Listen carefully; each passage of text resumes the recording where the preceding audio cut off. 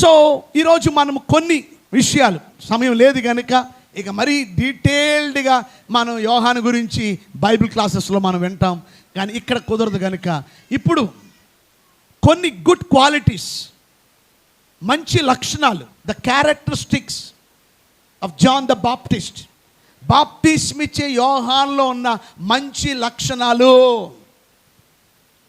నీవు నేను మనమందరము కూడా కలిగి ఉండాలి. అలా ఉండుటకు మనం అందరం తీర్మానం చేసుకోవాలి. కనుక జాగ్రత్తగా మనము దేవుని వాక్యాన్ని మనం విందాము. ఆమేన్. మొదటి లక్షణం చూద్దాం ఒకసారి. చూడండి, మత్తయి సువార్త 3వ అధ్యాయం.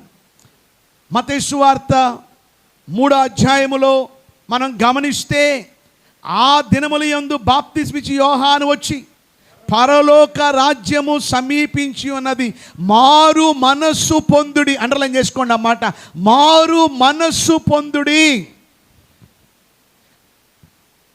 యూదయ అరణ్యములో ప్రకటించుచుండెను. చూడండి 8వ వచనంలో, అబ్రహాం మాకు తండ్రి అని మీలో మీరు చెప్పుకొని తలంచవద్దు. అక్కడ పరిసయ్యులతోని ఆ సద్దుకయ్యులతోని మాట్లాడుతున్నాడు. ఈ ధర్మశాస్త్ర పండితులతో చెప్పండి, దేవుని వాక్యాన్ని బాగా ఎరిగిన వారితో మాట్లాడుతున్నాడు. ఏమని చెప్పండి? అబ్రహాం మాకు తండ్రి అని మీలో మీరు చెప్పుకొని తలంచవద్దు. దేవుడి రాళ్ళ వలన అబ్రహామునకు పిల్లల్ని పుట్టింపగలడని మీతో చెప్పుచున్నాను. గో బాబు,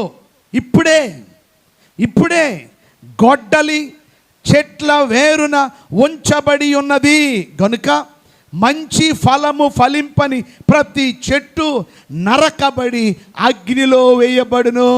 ఎంతమంది గొడ్డలు చూశారు? ఏమండి, ఆ గొడ్డలు ఎక్కడుంది? ఇంట్లో లేదంట. ఆ గొడ్డలు ఎక్కడుంది? చెట్టు వేరునుందంట. అంటే రెడీ టు నరికేయడానికి. ఎవరి గురించి మాట్లాడుతా? ఆ చెట్టు ఎవరు? ఆ చెట్టు ఇశ్రాయేలీయులు. ఇక్కడ బాప్తిస్మిచ్చి యోహాను ఆడియన్స్ ఎవరంటే ఇశ్రాయేలీయులు.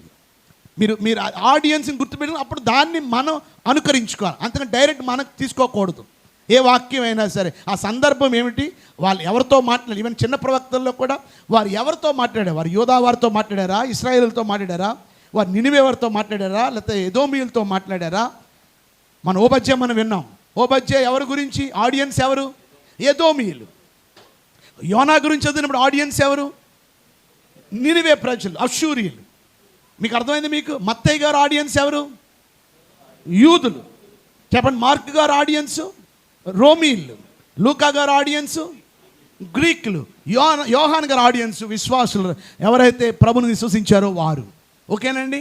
సో ఇక్కడ మనం గమనిస్తే ప్రత్యేకంగా ఈ ఇశ్రాయేలీల గురించి, ఈ యూదా వారి గురించి మాట్లాడుతున్నాడు. మీరు అబ్రహాము సంతానం అని, మేము ఇంకా మారవసరం లేదు, మేము పుట్టుకతోనే నీతిమంతులు, మాకు ఈ బాప్తిజాలు ఇవన్నీ కాదు, మాకు అసలు మేము చాలా సెల్ఫ్ రైచియస్ అని మేము స్వనీతి మీద ఆధారపడారు. సో అందువల్ల దేవుడు అంటున్నాడు బాప్తిస్మిచ్చి యోహాను ద్వారా, మీరు మారు మనస్సుకు తగిన ఫలాలు మీరు ఫలించకపోతే, మీలో ఫలాలు లేకపోతే గొడ్డలి చెట్టు వేరున ఉంచబడి ఉంది.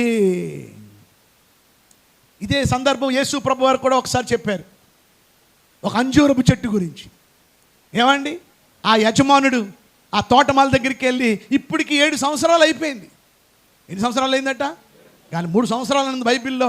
కానీ ఆ చెట్టు కాపు ఇవ్వాలంటే మినిమం 4 సంవత్సరాలు ఆగాలి. సో 4 + 3 వేసుకుంటే 7 సంవత్సరాలు. కానీ ఒక్క ఫలము లేదు, దేవుడికి ఉపయోగంగా లేదు, అంటే ఆ యజమానుడికి ఉపయోగంగా లేదు. మీకు తెలుసు, అంజూరపు చెట్టు ఎక్కువ స్థలం ఆక్రమిస్తుంది కనుక ఎందుకు ఈ పనికిమాల చెట్టు, దీని బదులు 4 చెట్లు మంచి చెట్లు వేసుకోవచ్చు, దీన్ని నరికేయండి అన్నాడు. అప్పుడు ఆ తోటమాల ఏమన్నాడు? బాబా ఇన్ని సంవత్సరాలు ఆగావుగా, ఇంకొక సంవత్సరం, ఈ ఒక్క సంవత్సరం సరిగ్గా లేకపోతే మీరు చెప్పినట్టు ఏం చేద్దాం? నరికేయండి. గ్రేస్. ఈరోజు ఇక్కడ ఎన్ని చెట్లు ఉన్నాయి? ఇవన్నీ చెట్లే. నేనో చెట్టు, మీరో చెట్టు, అందరూ చెట్లే. మరి నా ప్రశ్న, మీరు ఫలిస్తున్నారా? మీ ద్వారా ఎన్ని ఆత్మలు ప్రభువులోకి వస్తున్నారు? మీరు ప్రభు కోసం ఎలా వాడబడుతున్నారు? ప్రభు కొరకు ఎలా జీవిస్తున్నారు? మీలో ఆత్మ ఫలాలు ఎలా ఉన్నాయి? మీలో ఆత్మ ఫలం ఉందా? నీతి ఫలం ఉందా? మీలో మారు మనసు తగిన ఫలము మీలో ఉన్నదా? ప్రజలంట, నిన్న మా మెసేజ్ ఒక ఇంగ్లాండ్ నుంచి ఒక దైవజనుడు జూమ్లో ఎవ్రీ మంత్లీ వన్స్ మాట్లాడుతుంటాడు మా క్లాసెస్లో. ఆయన చెప్తున్నాడు, ప్రజలంట మనం చెప్పే దాన్ని బట్టి ఎవరు మారరట, మన జీవితాన్ని చూసి అనేక మంది ఏమవుతారు చెప్పండి, మారుతారు. సో మనలో ఫలాలు కనపడాలి. మీకు అర్థమైందా? నువ్వు మీ ఆవిడని తిట్టేసి కొట్టేసి, బాబు రండి చర్చికి రండి బ్రదర్, స్వార్థకి రండి బ్రదర్, మంచి మంచి వాక్యం ఉంటుంది రండి బ్రదర్, వస్తాడా? ఈరోజు నువ్వు చెప్పే బోధ కాదు. సో ఈరోజు మనలో ఫలాలు కావాలి. సో మారు మనసు పొందండి. ఇది ఇస్ మెసేజ్ అని రాసుకోండి ఇంగ్లీష్లో. Is message, John's message is about repentance. మారు మనస్సు గురించి వాళ్ళు ఎవరో చూడలేదు. వాళ్ళు పరిసయ్యులా, శాస్త్రులా, సద్దుకయ్యులా, వారు మత పెద్దలా, whoever you may be, నువ్వు మారాలంతే. నువ్వు మారలేదా, గొడ్డలు రెడీగా ఉంది, దేవుడు నిన్ను నిర్మూలన చేస్తాడు. సో యోహాన్లో ఉన్న మొదటి లక్షణం రాసుకోండి, రాజీ పడలేని సేవకుడు, మొహమాటము లేని సేవకుడు, సత్యాన్ని సత్యముగా ప్రకటించేవాడు. ఈరోజు సేవకులుగా మీరు దేవుని వాక్యం విషయంలో రాజీ పడిపోతున్నారా? లేకపోతే కరాఖండిగా దేవుని వాక్యాన్ని వాక్యంగా మీరు తెలియపరుస్తున్నారా? ఈరోజు సేవకులుగా మన మెసేజ్, మన టాపిక్ ఏమై ఉండాలి అంటే, ఎక్కడ మాట్లాడినా కూడా రిపెంటెన్స్, మారు మనస్సు. అదే మెసేజ్ యోహాన్ది. చూడండి ఒకసారి మత్తయి సువార్తలో యేసు ప్రభు వారు కూడా ఆయన ఇచ్చిన మెసేజ్ చూడండి ఒకసారి. మత్తయి సువార్తలో చూడండి ఒకసారి 4:17 చూడండి ఒకసారి. 4:17 చదవండి ఒకసారి. 4:17. అప్పటి నుండి యేసు పరలోక రాజ్యము సమీపించి ఉన్నది గనుక మారు మనసు పొందుడని చెప్పుచు ప్రకటింప మొదలు పెట్టాను. యేసు ప్రభు వారి మెసేజ్ కూడా ఏమిటది? కొంచెం చెప్పాలి, గట్టి చెప్పాలి, వెనకాల చెప్పట్లా. మారు మనసు గురించి యోహాను గారి మెసేజ్ మారు మనసు గురించి. అపోస్తుల కార్యాలు 17:30 చూడండి ఒకసారి. అపోస్తుల కార్యాలు 17:30. ఆ అజ్ఞాన కాలమందు దేవుడు చూచి చూడనట్టుగా ఉండెను. ఇప్పుడైతే అంతటను అందరూ మారు మనసు పొందవల్లని మనుషులకు ఆజ్ఞాపించుచున్నాడు. ఇప్పుడైతే ఏంటంట, అంతటా అందరూ ఏం పొందాలి? మారు మనసు పొందాలి అనేది ఏంటది? అది ఆజ్ఞ. It's a commandment. బాబు మారు మనసు పొందితే పొందండి, బాబు మారు మనసు పొందితే పొందండి, లేకపోతే లేదో పొందాలి, మారు మనసు పొందాలి. ఇట్స్ ఎ కమాండ్మెంట్, ఆజ్ఞ. మారు పేరు కాదు, మారు మనస్సు, చేంజ్ ఆఫ్ మైండ్. ఎవరు మాట్లాడుతున్నారు ఇది? ఈ మెసేజ్ ఎవరిది? పౌలు గారిది. ఎవరండి? పౌలు గారు కూడా దేని మీద ఫోకస్ చేశాడు ఆయన? మారు మనస్సు గురించి. 2 పేతురు 3:8. 2 పేతురు 3:8. ప్రియులారా, ఒక సంగతి మర్చిపోకుడి, ఏమనగా ప్రభు దృష్టికి ఒక దినము 1000 సంవత్సరముల వలెను, 1000 సంవత్సరములు ఒక దినము వలెను ఉన్నవి. కొందరు ఆలస్యమని ఎంచుకున్నట్లు ప్రభు తన వాగ్దానమును గూర్చి ఆలస్యము చేయువాడు కాడు గాని ఎవడును నశింపవలని ఇచ్చేయింపక అందరూ, అండర్లైన్ చేసుకోండి, అందరూ మారు మనసు పొందవలని కోరుచు మీ ఎడల దీర్ఘశాంతాన్ని చూపుచున్నాడు. అమ్మా వింటున్నారా? సో ఈయనెవరు స్పీకర్? ఈయన స్పీకర్ ఎవరు? ఈయన పేతురు. ఈయన ఉంటున్నాడు. ఎందుకు ప్రభు ఆలస్యం చేస్తున్నాడు? మనం చిన్నప్పటి నుంచి అంటున్నాం ప్రభు రాకడని. ఇంకా ర్యాప్చర్ ఎందుకు ఆలస్యం అవుతుంది? ఇంకా అంతటా అందరూ ఏమవ్వాలి చెప్పండి? మారు మనసు పొందాలని. సో యోహాను గారు మెసేజ్ రిపెంటెన్స్, మారు మనసు. యేసు ప్రభు వారి మెసేజ్ మారు మనసు. పౌలు గారి మెసేజ్ మారు మనసు. పేతురు గారి మెసేజ్. మరి మీ మెసేజ్? అబ్బే ఈ మధ్య ఎక్కువైపోయింది, ప్రాస్పారిటీ గాస్పుల్ ఎక్కువైపోయింది. ప్రాస్పారిటీ గాస్పుల్ అంటే ఏంటో మీకు తెలుసా? అంటే ఏంటంటే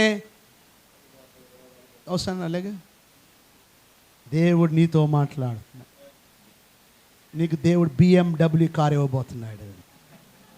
అప్పుడు ఆయన అయినా ఉంటాడు, స్తోత్రం స్తోత్రం.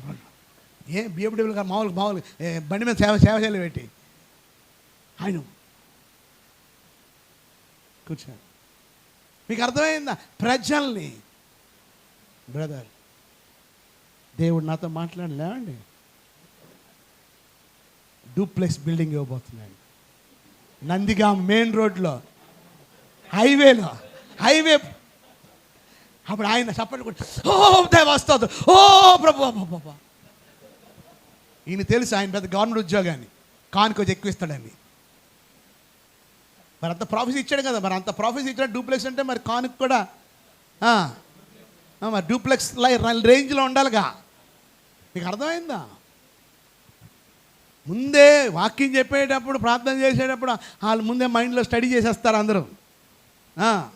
మొత్తం అంతా వాళ్ళ దగ్గర అంతా ఆ చిప్ ఉంటుంది అనమాట. అంతా అవన్నీ ఇప్పుడు చెప్పాలని టైం లేదు, ఆ చిప్ తర్వాత చెప్తా. ఇది కాదు మనం చెప్పవలసింది. ఇదిగో మీరు చర్చికి వస్తే 4 గేదెలు కొనుక్కుంటారు, మీరు మేడలు కట్టుకుంటారు, మీకు సంతానం అవుతుంది, మీ పిల్లలు అమెరికాలో చదువుతారు. ఈ సోది చెప్పకండి. ఇది కాదు మనల్ని పెట్టింది దేవుడు మనల్ని చెప్పడానికి. మనల్ని చెప్పింది ఏంటంటే పరలోక రాజ్యం సమీపిస్తుంది, ప్రభు రాకడ సమీపిస్తుంది, ప్రభు త్వరలో రానే ఉన్నాడు, దేవుని ఉగ్రత త్వరలో రాబోతుంది. మనం అంచె దినాల్లో ఉన్నాం, చివరి దినాల్లో ఉన్నాం. ఎన్నో యాక్సిడెంట్లు మనం చూస్తున్నాం. మన విమానం ఏమైంది? కూలిపోయింది. ఏమండి అలా ఎన్నెన్నో మనం చూస్తున్నాం. ఇప్పుడు ఏం యుద్ధం స్టార్ట్ అయిపోయింది. ఎక్కడ? ఇస్రాయేల్ దేశంలో. ఇప్పుడు ఇస్రాయేల్ ఇరాన్ కొట్టుకుంటున్నారు. ఇప్పుడు ఇరాన్కి సపోర్ట్గా వచ్చేస్తుంది రష్యా. మరి రష్యాని చైనా ఇరాన్కి సపోర్ట్ వస్తే, ఇటేమో ఇస్రాయేల్కి అమెరికా సపోర్ట్ అయిపోతే ఇప్పుడు అమెరికా రష్యా కొట్టుకుంటారు.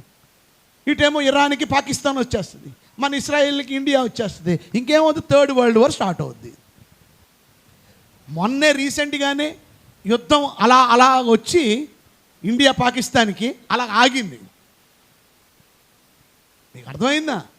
So we are in the last days. So we have to be prepared well. మనం ప్రిపేర్ అవ్వాలి. చెప్పండి, మన సంఘాన్ని, మన విశ్వాసుల్ని చెప్పండి ప్రిపేర్ చేయాలి. ఇక్కడ యేసు ప్రభుకి ముందు ఎందుకు వచ్చాడంటే, యోహాను 6 నెలల ముందు మార్గాన్ని సరళం చేయడానికి, తెలుగులో చెప్పండి ప్రిపేర్ చేయడానికి. ఈరోజు మీరు ప్రిపేర్ చేస్తున్నారా? ఇతరుల్ని ప్రిపేర్ చేసే ముందు నా ప్రశ్న, మీరు ప్రిపేర్ అయ్యారా? మీ ఫ్యామిలీ ప్రిపేర్ అయ్యారా? మీ కుటుంబం ప్రిపేర్ అయ్యిందా? మా దగ్గర ఇంతకుముందు మేము ఫిలిం మినిస్ట్రీ కూడా ఉండేది. పెద్ద తెరల మీద ఒక వ్యాన్లో తీసుకెళ్ళి సినిమాలు వేసేవాళ్ళం. అందులో ఒకటి బర్నింగ్ హెల్ అంటే నరకాగ్ని గుండం సినిమా వేసేవాళ్ళం. ఇంకోటి థీఫ్ ఇన్ ద నైట్ అంటే యేసు దొంగ వలె వచ్చుచున్నాడు అనే. అందులో ఏం జరుగుతుందంటే ఒక రెప్పపాటున టప్ అని అందరూ వెళ్ళిపోతారు అంతే. ఒక ఆమె ఉండిపోద్ది. అలా ఆయన పాము గరిస్తే ఆయన చివరిలో చచ్చిపోతాడు అనుకుంటే అయ్యగారు ప్రార్థన చేయగానే దేవుడు కృపను బట్టి బాగోయాడు. ఆ రోజు నుండి హృదయం దేవుడికి ఇచ్చాడు. ఇక చక్కగా దేవుడు మందిరానికి వస్తూ మీటింగ్లో ఉంటున్నాడు. ఆవిడ మాత్రం మీటింగ్ జరుగుతుంటే టైం చూసుకోవడం, ఆ సినిమాలో అనమాట, టైం చూసుకోవడం, ఏమైనా ఆవలింతలు తీసుకోవడం, అనడం. ఎవరైనా ఏమండి మీరు హోటల్కి వెళ్తున్నారు, నవాటాల్లోనే ఎక్కడ మంచి గేట్వే హోటల్లో ఏమండి మీరు మంచి బిర్యానీ తింటున్నారు, ఆ భోజనం చేసిన టైం చూసుకుంటారు ఎవరైనా? చెప్పండి, టైం చూస్తారా? ఇప్పుడు ఈయన ఎంతసేపు చెప్తాడో త్వరగా వదిలేదు కనపట్లేదు. కొంతమంది కొనుక్కుంటున్నారు. ఎవరైనా భోజనం దగ్గర ఎవరైనా కొనుక్కుంటారా? ఎవరైనా ఆవలింతలు తెస్తారా? చెప్పండి, బిర్యానీ పక్కన ఉంది, కోడి కూర ఉంది, అన్నీ ఉన్నాయి, ఆవలింతలు వస్తాయా? చెప్పండి. పెళ్ళికి వెళ్ళారు, పెళ్లి భోజనం పెట్టారు, ఆవలింతలు తెస్తారా? రెడీగా ఉంటాం. అది సరే మొక్క అయిపోతే మళ్ళీ రా ఇట్రా రా ప్రిపేర్ అయి ఉంటాం. సో ప్రిపరేషన్ అనేది చాలా ముఖ్యం. చెప్పండి, నాకు మీరు కొంచెం అందించాలి. ఓకే, ఆ పాయింట్ మిస్ అయింది అక్కడ. ఓకే, సో ఏదైనప్పటికీ కూడా ఈరోజు మనము రాజీ పడలేని సేవ మనము చెయ్యాలి. మొహమాటం లేకుండా తప్పును తప్పుగా మనం ఖండించాలి. అమ్మో మనం గట్టి చెప్తే వాళ్ళు రేపు సంఘానికి రారేమో, మన రాకపోతే మనకు దశంభాగాలు రామేమో, మన కుటుంబం నడవదేమో. మనుషుల మీద ఆధారపడి అన్నడు మనం సేవ చేయకూడదు. వారు వెళ్ళిపోతే దేవుడు మరొకరిని దేవుడు తీసుకొస్తాడు. ఆమె కుర్చీ ఖాళీగా ఉండదు. సౌలు నేనే పెద్ద హీరో అనుకున్నాడు, తప్పుకోనా అని ఆ సీట్ని ఖాళీగా ఉంచాడా? దేవుడు ఇంకొక ఫెయిత్ఫుల్ మ్యాన్ డేవిడ్ని కూర్చోబెట్టాడు అక్కడ. అర్థమవుతుందా మీకు? కనుక మీ సంఘాన్ని చూసి మీరు భయపడిపోవడం కాదు, మిమ్మల్ని చూసి సంఘం భయపడాలి. అంటే దాని అంటే మీరు భయపెట్టడం కాదు, మీ వాక్యం, మీ ఆత్మీయత, మీ పరిశుద్ధత, మీ యొక్క డిసిప్లిన్, వారిలో భయం ఏర్పడాలి. ఆమేన్. సో ఇక ఎక్కువ వివరించిన టైం లేదు కనుక మొదటిది మనం గమనిస్తే రాజీ పడలేని పరిచర్య చేశాడు ఎవరు? యోహాను. మనము కూడా దేవుడు యోహాన్ని ఎన్నుకున్నట్టు మనల్ని కూడా దేవుడు ఎన్నుకున్నాడు, ఏర్పాటు చేసుకున్నాడు. మనము కూడా రాజీ పడలేని సేవ మనము చేయాలి.